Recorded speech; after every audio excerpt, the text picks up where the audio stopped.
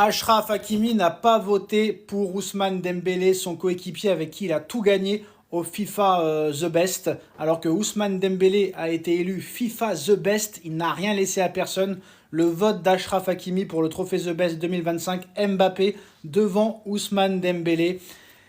Voilà, Hakim, franchement je t'adore. Achraf, je te kiffe de ouf, mais là c'est pas bien ce que t'as fait. Honnêtement, en plus tu savais que ça allait être publié, t'as pas le droit de faire ça, mon.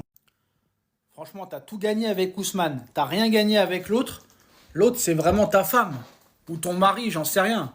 Mais t'as pas le droit. Oh, le mec, il a rien branlé, il a rien foutu. D'accord, c'est ton meilleur ami. Mais quand même, faut être objectif.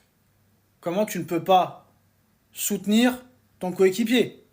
Alors je sais qu'il y a eu des problèmes dans la presse où t'as dit que tu voulais être ballon d'or devant lui, etc. Mais je suis désolé. Franchement, ça peut créer un problème dans le vestiaire, ça. Parce que Ousmane va le savoir, les dirigeants vont le savoir, l'entraîneur va le savoir, le vestiaire va le savoir. Donc j'espère que tout va se passer pour le mieux. Mais les trucs comme ça, franchement, j'aime pas.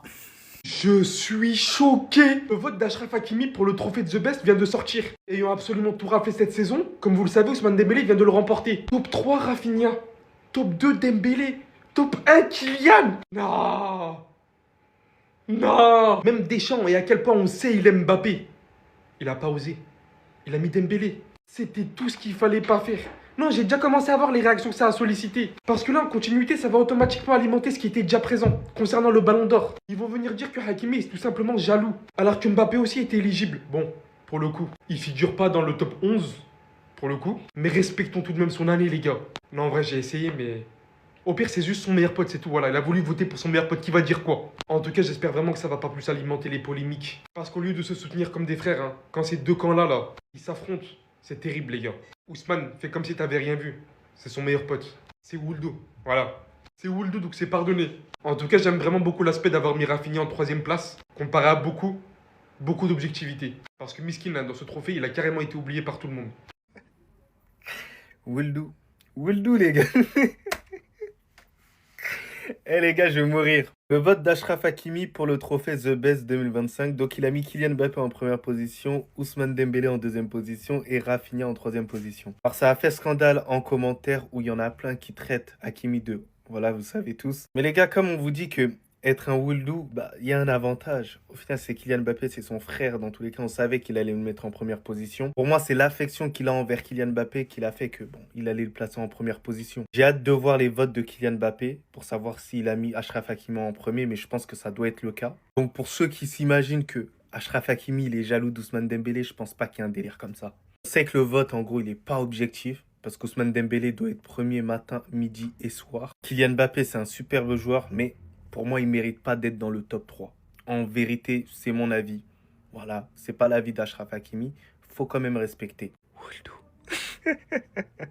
Parce qu'un peu tout le monde a vu l'information passer. PSG est condamné à payer 61 millions d'euros à Kylian Mbappé. Le Conseil des prud'hommes a rendu son verdict et 4 juges ont décidé de manière unanime à condamner le Paris Saint-Germain à verser 61 millions d'euros à Kylian Mbappé. Alors bien évidemment, tu as pas mal de supporters parisiens qui vont fustiger cette décision, qui vont par définition fustiger le comportement de Mbappé à l'égard de son ex, j'ai nommé le Paris Saint-Germain, mais j'ai décidé de voir les choses d'une autre manière. Quand on vous dit que tout est une question de perspective, le fautif dans cette histoire, c'est pas lui. Bien que moralement, on puisse lui faire des reproches parce que c'est pas très correct de faire ça à son ancien club. Et on sait que 60 millions, c'est pas rien. Bien évidemment, à leur échelle, ça représente pas énormément d'argent, bien que ce soit de l'argent.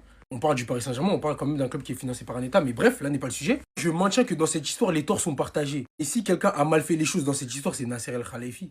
Avec tout le respect que j'ai pour lui. J'admire la posture qu'il a au sein du Paris Saint-Germain, ce qu'il a fait pour faire améliorer le club. Il a fait plein de bonnes choses, mais ce cas, il l'a mal géré. Ça a montré quelque part ses limites et les limites du club, j'y viens. Je te rappelle qu'à l'été 2023, il met Kylian Mbappé dans le loft parce qu'ils veulent le forcer à prolonger. Ils ont voulu faire chanter Kylian Mbappé. Je tiens à vous rappeler parce que certains oublient. Il était prêt à mettre Kylian Mbappé au placard pendant plus d'1 an. Rendez-vous compte, on parle de Mbappé quand même. Mbappé qui était dos au mur, qui savait plus trop quoi faire, mais qui pouvait rejouer pour le Paris Saint-Germain à une seule condition. C'était de donner sa parole sur une potentielle prolongation à l'été 2024, histoire de ne pas partir gratuit. Déjà, les problèmes commencent là. Ils ont voulu faire chanter Kylian Mbappé. Donc Mbappé, pour sortir du loft, qu'est-ce qu'il fait? Il joue au poker menteur. Parce que toute cette histoire repose sur ça. C'est du poker menteur des deux côtés, du début à la fin. T'as Nasser qui essaie de lui mettre la pression en le mettant au loft. Je veux que tu me promettes que tu vas prolonger. Qu'est-ce que Kylian Mbappé, il fait? Il pense au bien-être de sa carrière avant tout. Oui, tout le monde aurait été égoïste de la même manière que lui, je pense. Il fait une promesse à Nasser El Khelaïfi dans laquelle il entrevoit une potentielle prolongation avec le Paris Saint-Germain. Et cette promesse, elle n'était pas écrite.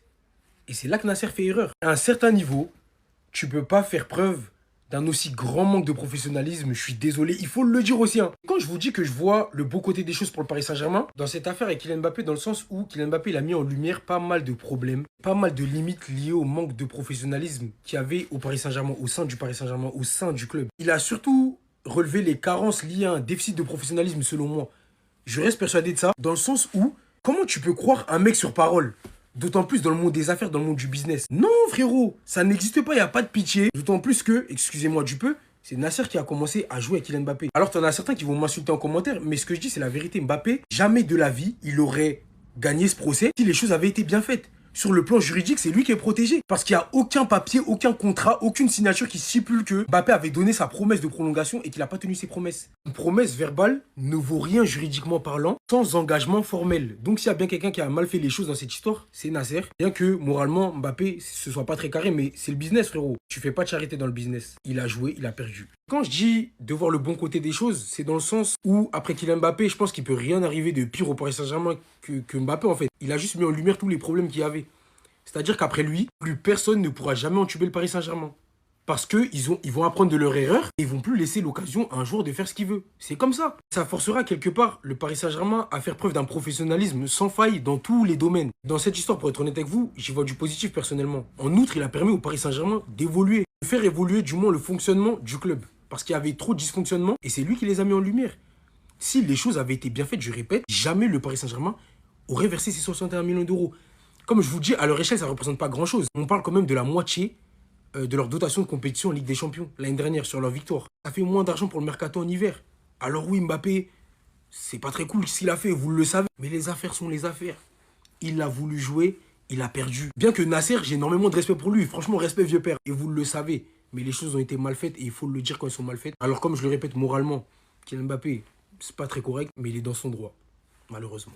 Restez sobre, abonnez-vous les gars, ça attrape. Non les gars, il y a les votes officiels du trophée de best qui viennent de sortir. Et franchement, Hakimi a vraiment dû se tromper, c'est pas possible. Regardez ça, vous allez être mort de rire. Pour commencer, il y a le vote de Didier Deschamps qui est sorti. Et franchement, je m'attendais pas trop à ce top 3. Parce qu'il a mis Ousmane Dembélé en première position, Kylian Mbappé en deuxième et Achraf Hakimi en troisième. Ensuite, il y a celui de Modric et franchement, je le trouve hyper objectif. Il a décidé de mettre quand même un milieu en première place. Il a mis Vitinha avec Ousmane Dembélé juste après en deuxième et Lamine Yamal en troisième place. Léo Messi aussi a décidé de mettre son ancien coéquipier Ousmane Dembélé en première position. Et derrière, moi, sincèrement, je pensais qu'il allait mettre soit Rafinha, soit Lamine Yamal. Non, il a décidé de mettre Kylian Mbappé. Et en troisième position, il a décidé de mettre évidemment le joueur qu'il avait baptisé il y a 15 ans et qui aujourd'hui lui a pris son numéro 10 au Barça, Lamine Yamal. Il y a également Carlo Ancelotti qui a voté dans le cadre de ce trophée-là. C'est d'ailleurs en regardant toutes ces personnes qui ont voté dans le cadre du trophée de best que je me dis qu'en réalité ce trophée a peut-être plus d'importance que le Ballon d'Or. Mais bon, revenons au vote d'Ancelotti qui était pour moi assez objectif, mis à part la troisième place, car il a mis Ousmane Dembélé en première, Rafinha en deuxième et Kylian Mbappé en troisième. Mais c'est là que commencent les problèmes parce qu'Achraf Hakimi a décidé de mettre Kylian Mbappé en première position. Et c'est sûrement parce qu'ils sont meilleurs potes, mais Hakimi, il faut rester objectif. Moi, Mbappé, il est honte.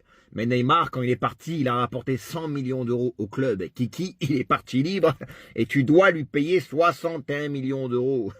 C'est quand même très compliqué et j'aimerais bien avoir l'avis des Parisiens dans les commentaires, même si je sais ce qu'ils en pensent déjà. Je peux comprendre, mais il faut aussi comprendre le joueur qui réclame juste son dû. Je peux dire que Hakimi, c'est un suceur ou on va me traiter de singe en privé avec des comptes fake. Le vote de Achraf Hakimi pour le trophée The Best 2025. Kylian Mbappé en premier, Ousmane Dembélé en deuxième et Rafinha en troisième. Déjà, tout d'abord, j'aimerais remercier Hakimi d'avoir voté pour Rafinha, qui, je le rappelle, n'a pas fini de l'équipe type au détriment de Bellingham et Palmer. Mais Hakimi, je t'apprécie beaucoup, je t'aime bien, mais mettre Mbappé en premier devant ton coéquipier, ça fait suceur. Ah. Désolé. Tu joues un petit peu contre le PSG là. Après... Non, en vrai, il a pas d'excuse. Il a fait une dinguerie là, non? Non, mais en vrai de vrai. Non, mais ça c'est sûr, frère. Ok, si on regarde vraiment les stats individuelles, si on parle vraiment individuellement, Kylian Mbappé, il a fait une meilleure année. Non, en fait, non, wesh. Mbappé, dans les grands matchs l'année dernière, c'était le diable. Mais c'est juste un suceur, non? Bon, je vous redis si je reçois des singes, tout ça, en vrai. C'est un suceur, non?